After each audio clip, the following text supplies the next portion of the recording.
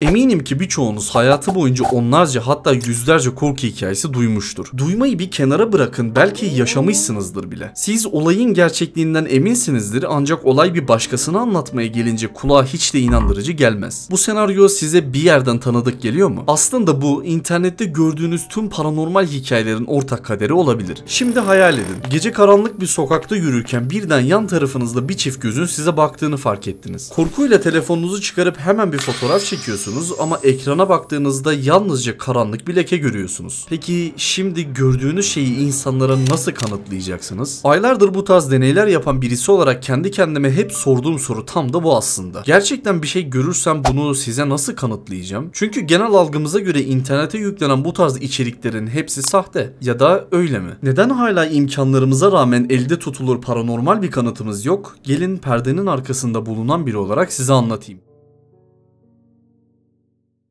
Bu arada eğer videolarımı beğeniyor ve daha fazlasını görmek istiyorsanız kanalıma abone olmayı, videoyu beğenmeyi ve maddi gücünüz el veriyorsa katılmayı unutmayın. Şimdiden iyi seyirler. Diyelim ki paranormal olaylar gerçekten var. Dünyanın etrafında bilimle açıklayamayacağımız bazı olaylar gerçekleşiyor ve bunlar doğal olarak bizi korku içinde bırakıyor. Ne yaşandığını anlam veremeyen beynimiz haliyle durumu bir başkasına göstermek, gördüğü şeye tanıklık eden farklı bir beyine ihtiyaç duyuyor. İşte tam bu sırada devreye internet giriyor. Saatlerce anlatsanız inandıramayacağınız şeyleri sadece bir fotoğraf veya video ile gösterebilmek harika bir şey. Tabii İş o kadar kolay değil. Yaptığım bunca deney ve beraber geçirdiğimiz aylar sonucunda binlerce hatta on binlerce insanın fikrini duyma imkanım oldu. Ve genel kanıya göre şunu söyleyebilirim ki internette gördüğünüz paranormal şeylere inanmamanızın birinci sebebi kanıt olarak sunulan fotoğrafların veya videoların kalitesiz olması. Sonuçta günümüzdeki teknolojik imkanları göz önünde bulundurunca önünüze sunulan kanıtların tost makinesiyle çekilmiş gibi durması bir hayli komik duruyor. Her biri fotoğraf kamerası lensi kalitesinde olan kameralarımız nasıl oluyor da bu kadar kalitesiz çekiyor? Cevap basit. Çünkü insanların göstermeye çalıştığı şeyler sahte ve sahte şeyleri gizlemenin en iyi yolu onları tam anlamıyla seçilebilir yapmamak. İşte cevap her seferinde bu kadar basit olmayabilir. Örneğin ekranda gördüğünüz iki fotoğraf günümüzün en popüler iki telefon markasının en güncel iki modeliyle çekildi. Sağda gördüğünüz videolarımı izlemenize yardımcı olan telefonumun, soldaki ise benzer bir işle uğraşan arkadaşımın. Lenslerin çalıştığı ortam bir hayli fazla ışığa sahip olsa bile şu an baktığınız fotoğraflar telefonların hafızasındaki ham görüntü kadar kaliteli değil. İkisi de 4K çözünürlükte çekilmesine rağmen özellikle de videoyu yakınlaştırdığınızda ekranınızda oluşan pikselleri fark etmişsinizdir. Bu durumun sebebi videonun size ulaştırılma aşamasında birçok farklı program aracılığıyla işlenmesi ve haliyle kalitesini her bir adımda kaybetmesi. Hatırlatmak isterim ki gördüğünüz fotoğraflar güncel en pahalı telefonlarla çekildi. Dünyanın geri kalanında herkesin son model telefonlarının olmadığını göz önünde bulundurursak gördüğünüz kalitesiz fotoğraf veya videoların her zaman sahte olmadığını söyleyebilirim. Çünkü yüklenen kayıtlar bu video gibi profesyonel işlenmiyor, görüntünün çok daha dramatik bir şekilde kalite kaybına uğradığı internete yükleniyor. Ayrıca bu kanıtlar gördüğünüz iki fotoğraf gibi sabit lensle değil, muhtemelen çeken kişi panik halinde olduğu için sürekli odak değiştiren lensle çekiliyor. Sonuç olarak diğer etkenleri bir kenara koyarsak teknoloji bu tarz kanıtları yalanlamamız için tek başına yeterli değil.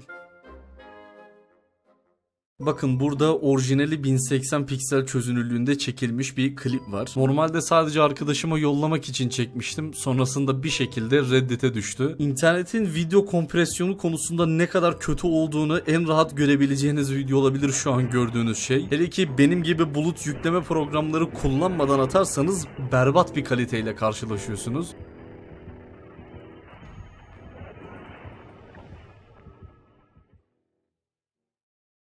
Sıradan bir hafta sonu akşamında evinizde oturuyorsunuz. Etraf karanlık olduğu için tek odağınız açık olan televizyonda. Favori içerik üreticinizi izlerken bir anda mutfaktan garip bir ses geliyor. Videoyu durdurup sesi kontrol etmeye gittiğinizde mutfağınızı her zamanki halinde hiçbir değişiklik olmadan buluyorsunuz. Aklınızda sesin neyden gelmiş olabileceğine dair birkaç varsayım yürütseniz de olayı çok kafanıza takmadan geri dönerdiniz. Değil mi? Sonuçta üzerinde pek düşüneceğiniz bir olay değil. Ancak beyniniz böyle düşünmüyor. İnsanların pek itiraf etmediği bir özelliği vardır. Olayları birazcık renklendirerek anlatmak. Her gün karşılaştığınız bir olaydan tutun da hayatınızda ilk defa gördüğünüz bir ana kadar her şeyi istemeden de olsa abartarak anlatma eğilimindesiniz. Ve emin olun bu tavrınız paranormal hikayelere inanma sürecimizi bir hayli etkiliyor. Az önceki örnekten yola çıkalım. Duyduğunuz bu önemsiz ses beyniniz tarafından bir köşeye kaydedildi. Sosyal bir ortama girip insanlarla bir şeyler paylaşmaya başlayınca beyninizin bir köşeye kaydettiği o anı geri geliyor. Arkadaşlarınıza sadece bir ses duyduğunuzu anlatmak yerine yaşadığınız anı biraz daha detaylı, hatta gerçek olmayan şeyleri de ekleyerek anlatıyorsunuz. Yanlış anlamayın, bunu çoğu zaman bilinçsiz yapıyorsunuz ama gerçeği değiştirdiğini inkar edemem. Hikayenizi duyan arkadaşınız kendi arkadaşını anlatırken de aynı yolu izliyor. Sizden duyduğu versiyona birkaç küçük detay daha ekliyor. Arkadaşınızın arkadaşı bir başka arkadaşına ve o da bir başka arkadaşına aynı şekilde anlatmaya devam ettikçe duyduğunuz bu küçük ses bir başkasının aklında hırsızlık hikayesi olana kadar büyüyor. İşte paranormal hikayelerin çoğuna inanmamanızın ana nedeni de buradan geliyor. Evet, belki de hiçbir açıklaması olmayan bir olay gerçekleşiyor ki tahmin ettiğiniz kadar korkunç bir şey olmasa bile hikaye kulaktan kulağa inandırıcılığını kaybettiği için ispatlaması da imkansız bir hale geliyor. Aklınızda daha iyi oturması için gelin bu teoriyi beraber deneyelim. Var mı kanka bize böyle anlatabileceğin paranormal bir şey?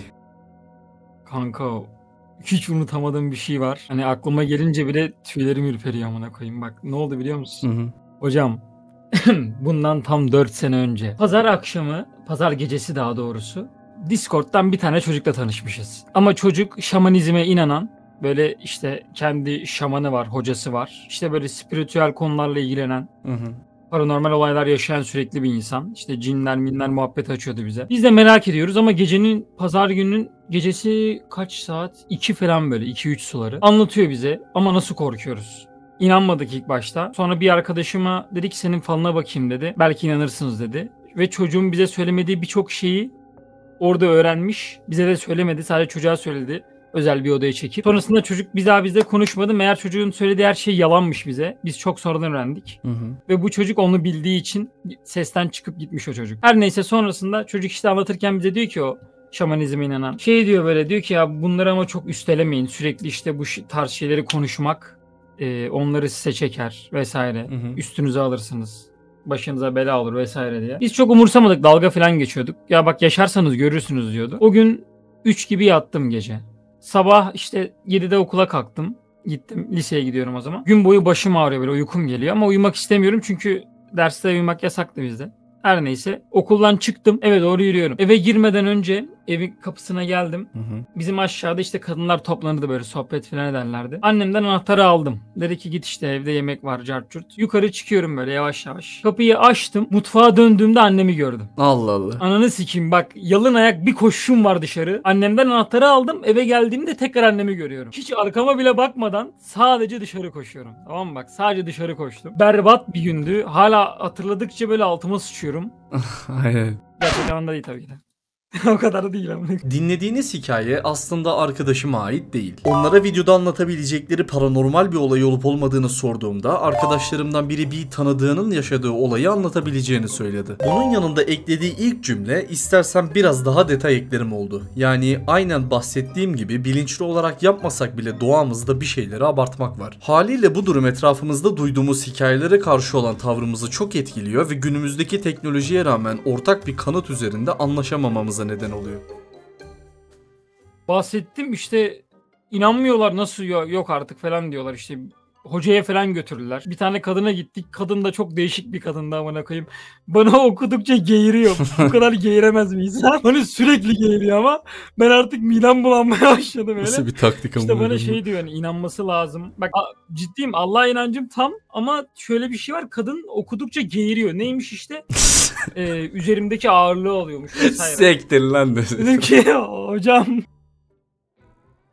Sosyal medya insanları düşündüğünüzden çok daha kolay kandırabileceğiniz bir yer. Hatta işin ilginç yanı, internette bir olay ne kadar inandırıcılığını kaybederse ortaya o kadar fazla inanan insan çıkıyor. En basit örneği bir ay önce paylaştığım Zehirlendim adlı duyuru videoma inanan insan sayısı bir videomdaki dijital tartımın kendi kendine çalıştığına inanan insan sayısından az. Halbuki birisi fiziki bir kanıta sahipken diğeri çok daha doğaüstü bir olay. Teknolojinin kanıtları ortaya çıkarmadaki yetersizliğini ve hikayeleri abartı anlatma atma eğilimimiz göz önünde bulundurulunca insanlar ikiye ayrılıyor. Bir kesim kanıtların sahte ve inanması zor kısımda olması nedeniyle içgüdüyle hareket ederek onlara inanıyor. Diğer kesim ise her şeyi bilimsel yaklaştığı için kendi gözleriyle görmediği sürece hiçbir şeyin doğruluğunu onaylamıyor. Hal böyle olunca amaçları herhangi bir kurgu yapmak olmasa bile önümüze paranormal kanıtlar sunan içerik üreticilerini veya kişileri koşulsuz bir şekilde yargılıyor. Gösterdikleri tüm buluntulara şüpheyle yaklaşıp bazen yapmaya çalışmadıkları şeyler için bile onları suçluyoruz. Belki de kanıtlar tam da gözümüzün önünde ancak güvenemediğimiz için gerçek olmadıklarını iddia ediyoruz. Bu durumla bazen kendi videolarımda karşılaşabiliyorum. İşte kamera karanlık bir odayı çekerken hızlı bir şekilde döndürünce odamdaki havlu veya beyaz kutu tarzındaki eşyalar silüet şeklinde çıkıyor kamerada. Ki bu durumu ben videoyu yayınlayıp yorumlarınızı okuyana kadar fark etmiyorum bile. Ama yine de birkaç kişi bilerek yaptığımı söylüyor. Böyle zamanlarda içerik üreticisine güvenmenizin tek yolu içgüdünüz aslında. Çünkü ben her ne kadar fiziki bir kanıt göstersem veya göstermesem de kimileri kendi gözleriyle görmeden inanmıyor. Tek farkım olabildiğince şeffaf bir şekilde göstermeye çalışıyorum yaşananları, ancak ben bile bazen kurgu damgasından kurtulamıyorum. Şu ana kadar anlattığım tüm bu olasılıklar paranormal olayların gerçek olduğunu varsayarak öne atıldı. Peki ya paranormal olaylar hiç var olmadıysa? Ya kulaktan kulağa geçen hikayeler, teknolojik yetersizlik ve internetin manipülasyonu bize bu tarz olayların var olduğunu inandırmaya çalıştıysa? İşte bu ben de dahil birçoğunuzun inandığı yegane şey. Ne gerçekten UFO'lar var ne de bilimin açıklayamayacağı olaylar. Gerçekleşen tüm bu olaylar fiziksel açıklamalara sahip, sizi takip eden, karanlıklardan izleyen hiçbir şey yok. Arkanızı döndüğünüzde onu görmemeniz için saklanan, uyuduğunuzda başucunuzda bekleyen veya gözünüzü her kapattığınızda önünüzde beliren şeyler gerçek değil.